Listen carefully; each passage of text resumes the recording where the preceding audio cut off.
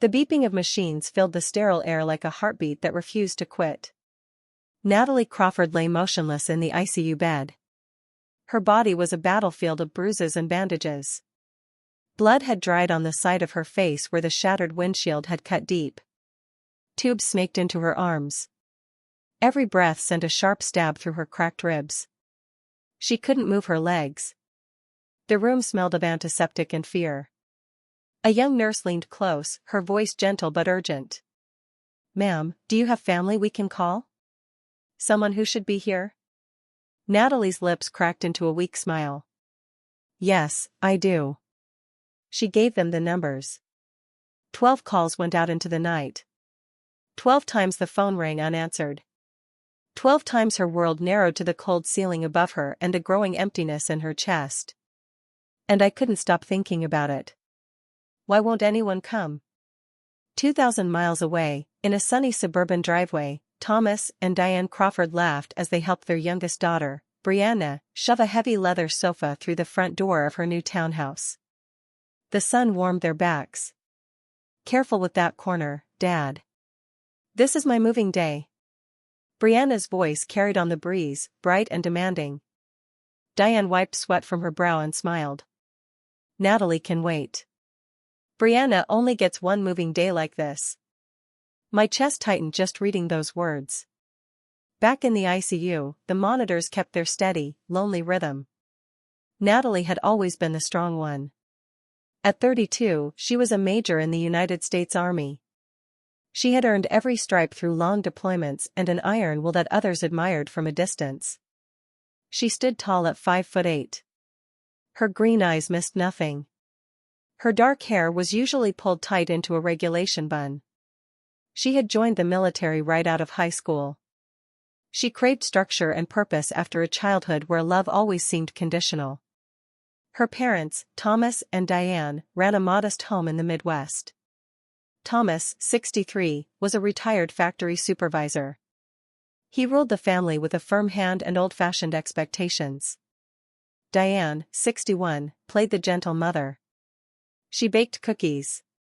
She offered soft words. But her affection always tilted toward their younger daughter, Brianna.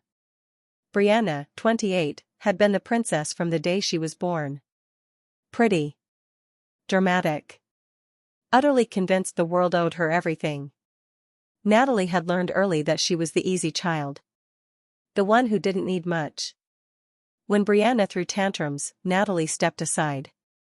When Brianna needed new clothes for school plays, Natalie's birthday money quietly disappeared. When Brianna wrecked her first car, Natalie worked extra shifts at the diner to help cover the repairs. Even after Natalie pinned on her officer bars, the pattern continued. She sent money home from every deployment. She paid for Brianna's apartment deposits. Her credit card debts. Even the down payment on a car Brianna later totaled. Her parents always had the same refrain. "You're the strong one, Natalie. Brianna needs us more right now." Natalie told herself it was fine. Family was family. Blood was thicker than water.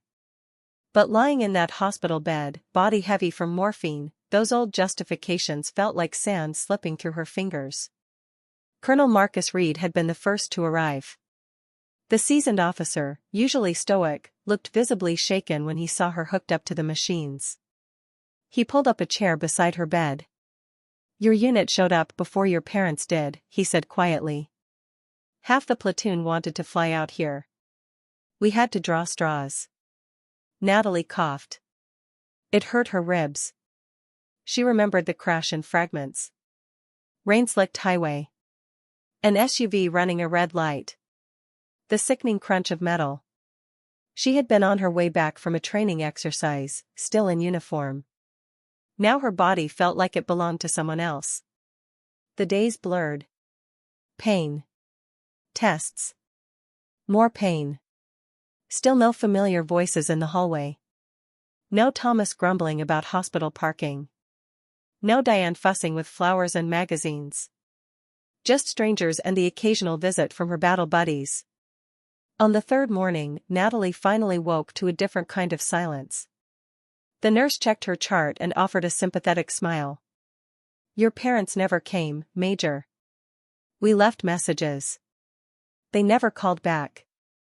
Natalie stared at the ceiling. The monitors beeped on.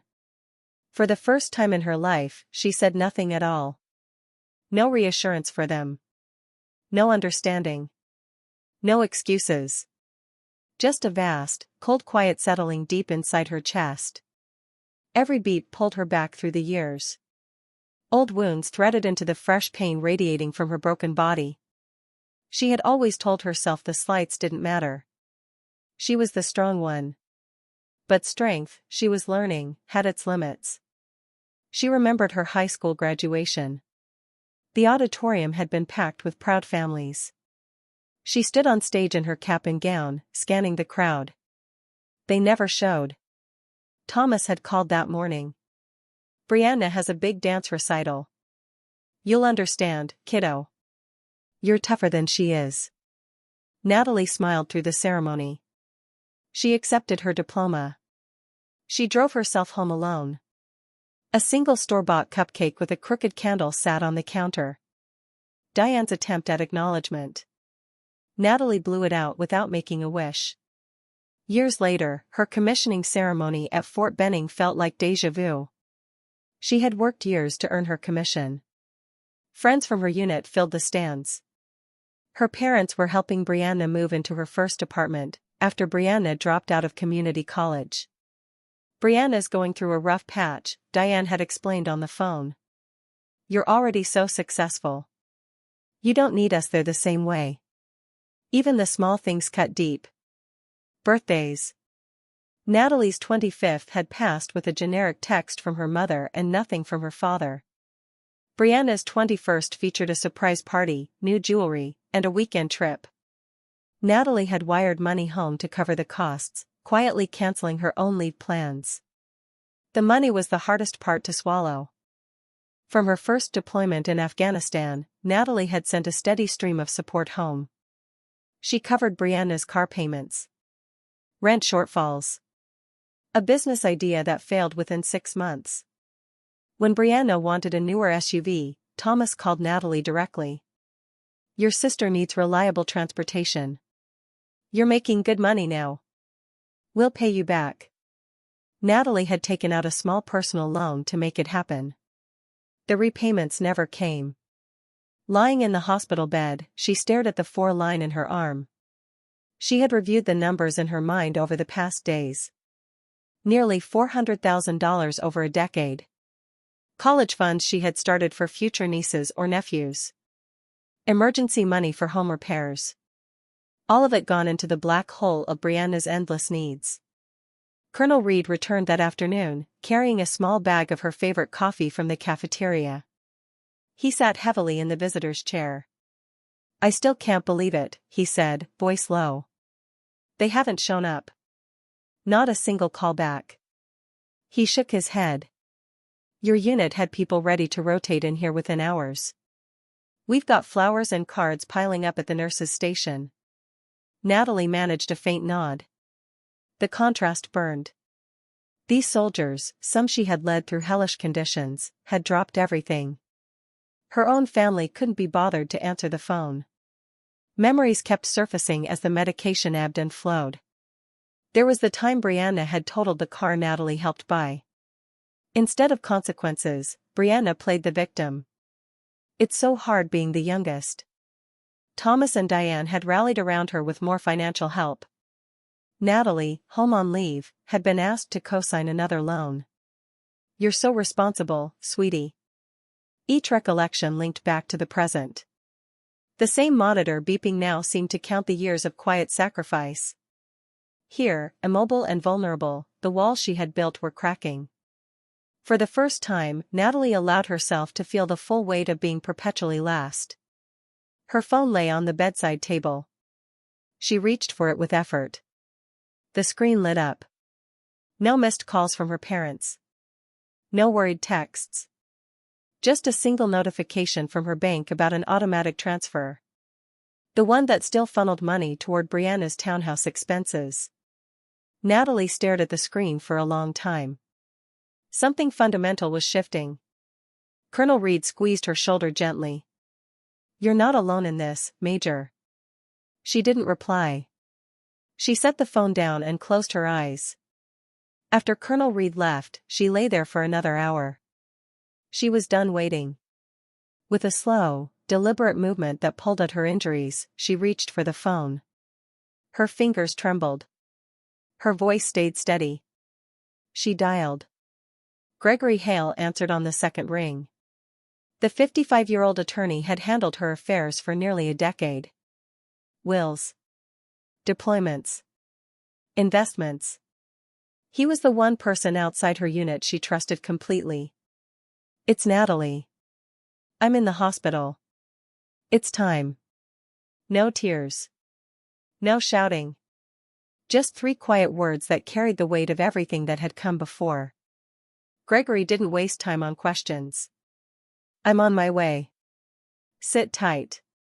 He arrived the next morning, sharp in a dark suit despite the red-eye flight. His silver hair was neatly combed. His eyes held the quiet intensity of a man who had seen every kind of family betrayal. He set a leather briefcase on the floor. "Talk to me." Natalie told him everything. The accident. The 12 unanswered calls. The pattern that stretched back decades. Then she handed over the thick folder she had asked a nurse to retrieve from her apartment. Inside were meticulously organized documents. Bank statements. Investment portfolios. Powers of attorney. Insurance policies. Property records. A detailed ledger of every dollar she had sent or lent to her family over 10 years. Gregory flipped through the pages. His eyebrows rose at the summary sheet. Transfers. Loans. Consigned debts. Contributions to Brianna's failed ventures. Support for home repairs and vacations. The total was nearly $400,000. Not a single repayment had ever been documented. "They treated you like an ATM with a heartbeat," he said, voice low. He looked up at her. "What do you want to do?" She met his gaze without hesitation. "Everything. Stop all financial support. Revoke every power of attorney. Lock down joint accounts. Call in the outstanding loans. Change beneficiaries. I want it all severed. Cleanly. Legally." Gregory nodded, already making notes. "I can have the first notices drafted and sent within 48 hours. For the next 2 hours, they worked through the details. Despite the pain, Natalie felt no rush of vengeance. Just a deep, steady resolve. This wasn't rage. It was reclamation. Gregory explained the steps. Notifications to the banks. Formal demands for repayment. Revocation documents. Updates to her will. As he prepared to leave, he paused at the door. They have no idea what's about to happen. For the first time since the accident, the hospital room felt less like a prison.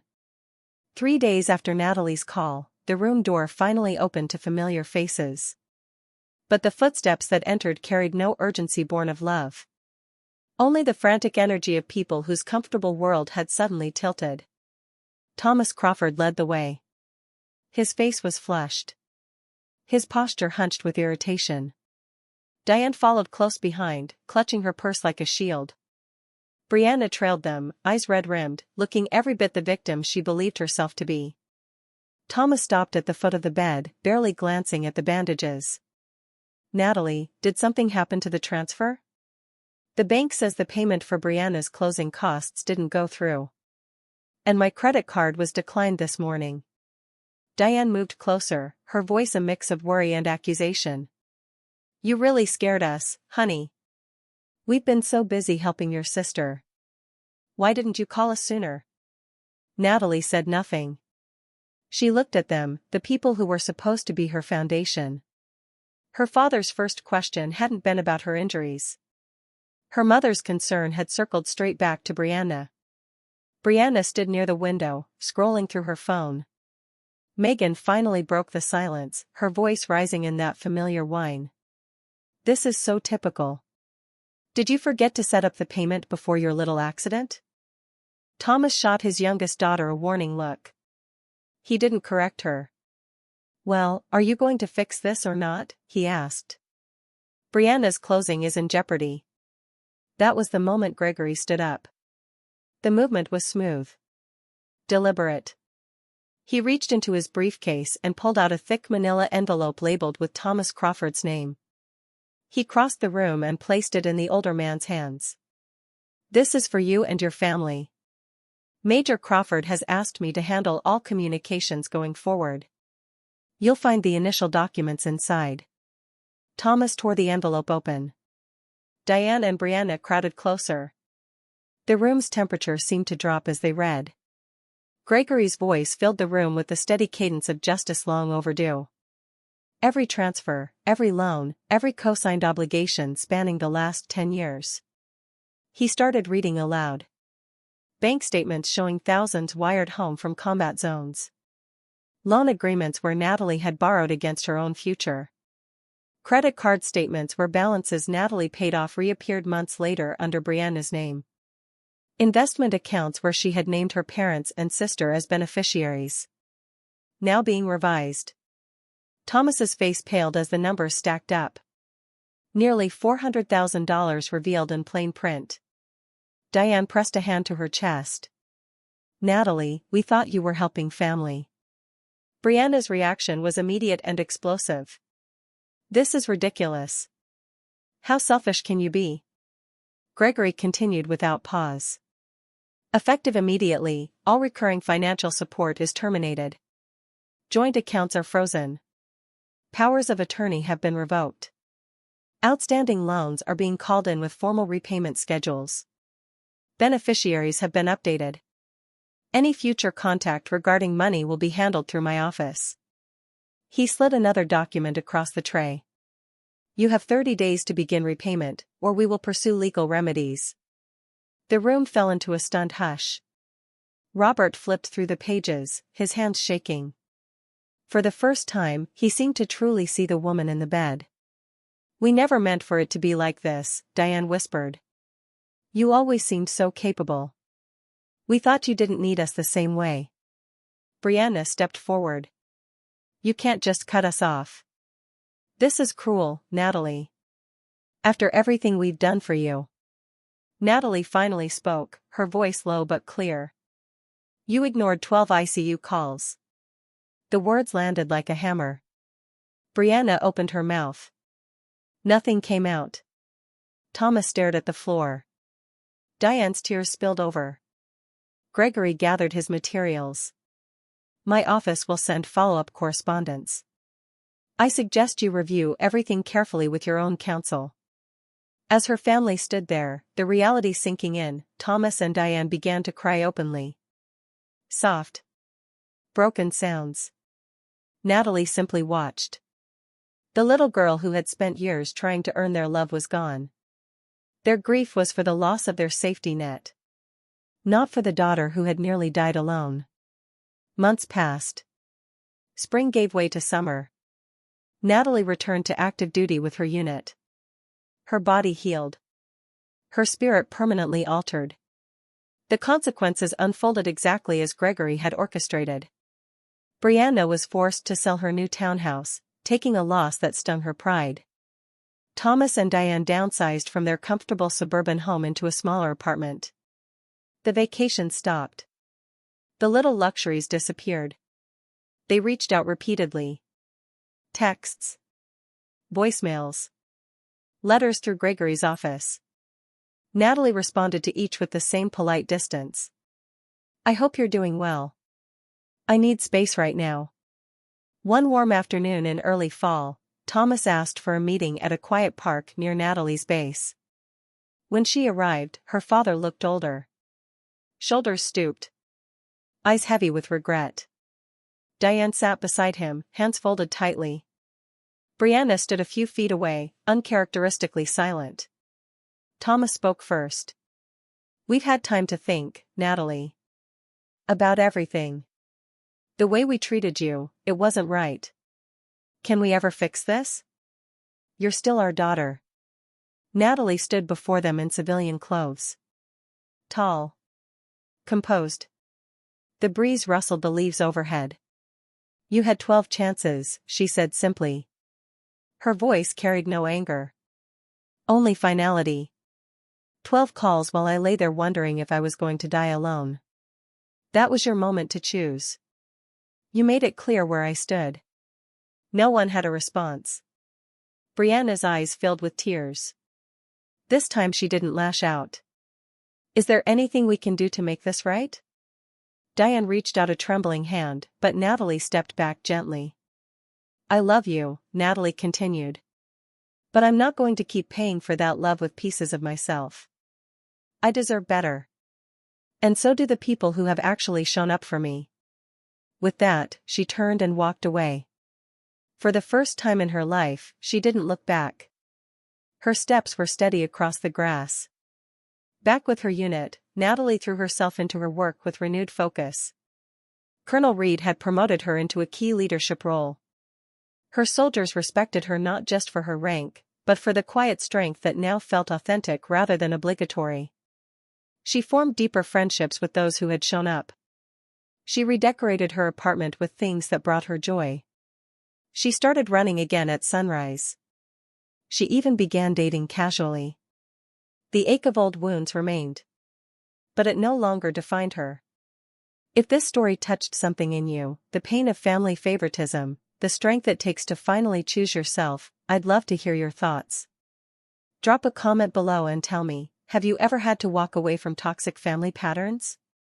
Where are you watching from today? Stories like Natalie's remind us that real healing often begins with hard choices. We have many more powerful real-life inspired dramas coming.